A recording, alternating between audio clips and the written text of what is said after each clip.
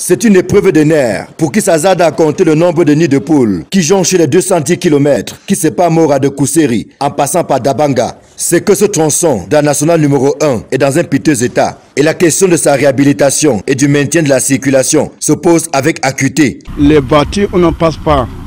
Le route, il est gâté. Actuellement, pratiquement, on commence ces travaux de terrassement. Les contrats ont été signés récemment et on va engager ces travaux pour la totalité des 205 km. Sur la section Mora-Waza, longue de 110 km par exemple, les entreprises jouent avec les nerfs des usagers au point de provoquer la colère du ministre des Travaux publics. De l'équipe projet ayant appris que le ministre des Travaux publics devait se déplacer, se sont activés à 6 000. Je ne l'accepte pas. Monsieur Sadio Baba, je n'ai pas pris vos engins. Vous m'avez fait une déclaration pompeuse, il y a des engins. Où sont les engins? Vous avez appris que je vais venir, vous êtes employé à mettre une niveleuse, un bulldozer. Où sont les engins?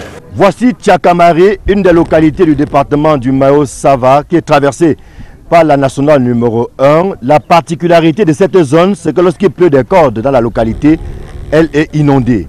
C'est l'une des difficultés majeures auxquelles l'entreprise en charge de la réhabilitation de la route devrait faire face. La première difficulté, c'est l'atout sécuritaire. Vous savez bien que c'est une zone un peu dangereuse et l'assistance de l'armée est indispensable pour la bonne exécution des travaux.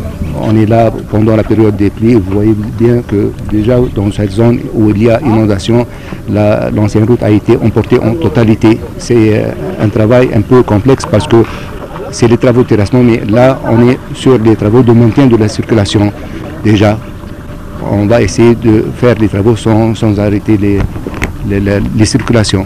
Aux intempéries s'ajoute la menace sécuritaire sur laquelle les entreprises voudraient s'accrocher pour justifier leur lenteur. Sur ce point précisément, le ministre des Travaux publics se veut rassurant. Les différents chefs de projet doivent communiquer leur planning d'intervention. Le général Sali demande, d'ailleurs tous ceux qui sont là, les officiers supérieurs qui sont là, ne demandent que le planning de mobilisation pour prendre les mesures appropriées. Vous avez pris des engagements, il faut les respecter. Et je l'ai dit, je voudrais le répéter, dès que nous avons traité 100 mètres, si je dis bien 100 mètres de couche de forme, il faut que ces 100 mètres soient protégés pour qu'on sorte de cet éternel recommencement.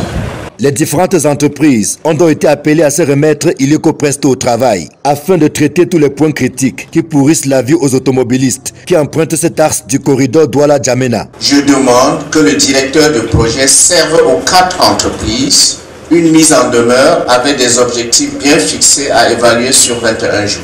Le premier objectif, c'est la mobilisation de tous les équipements qui m'ont été annoncés dans les offres. La mobilisation des ressources humaines compétentes et puis une production.